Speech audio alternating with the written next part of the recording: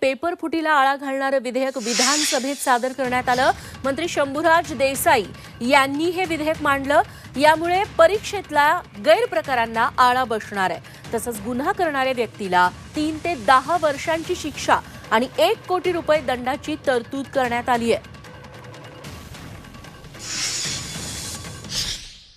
2024 चे विधानसभा विधेयक क्रमांक 16 महाराष्ट्र स्पर्धा परीक्षा अनुचित मार्गास प्रतिबंध विधेयक 2024 मांडण्यास मला आपल्या अनुमतीने सभागृहाची परवानगी मिळावी अशी मी आपणास विनंती करतो।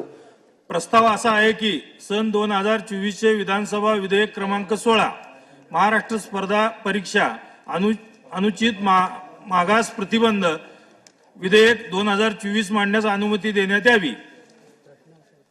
प्रश्न असा आहे की सन 2024 चे विधानसभा विधेयक क्रमांक 16 महाराष्ट्र स्पर्धा परीक्षा अनुचित मागास प्रतिबंध विधेयक 2024 मांडण्याची सभागृहाची अनुमती आहे काय? अनुकूल असतील त्यांनी होय म्हणावे, प्रतिकूल असतील त्यांनी नाही म्हणावे।